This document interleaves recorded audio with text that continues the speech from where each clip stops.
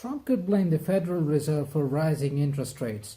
President Trump has criticized the Fed for rising interest rates in a period of low inflation, but it's another Fed policy move that is helping drive interest rates higher.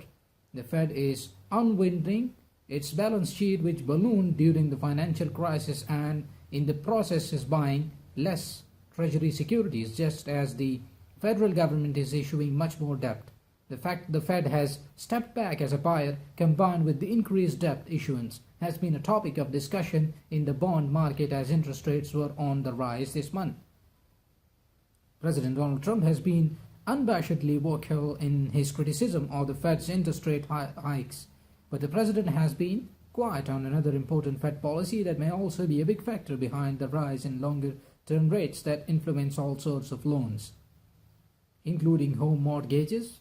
On the surface, the Fed's slow and steady approach to raising short-term interest rates once a quarter is less aggressive than it's been in past cycles, but is the Fed's parallel balance sheet moves that have gone under the radar, except in the bond market, where it is closely monitored.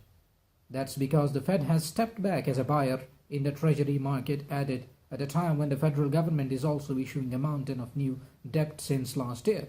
The Fed has been gradually reducing the purchases it makes to replace Treasury and mortgage securities on its balance sheet as they mature. So that's enough for now. We give you live updates from the FK News Network, so make sure to hit that subscribe button right now. Thanks for being with me. Goodbye.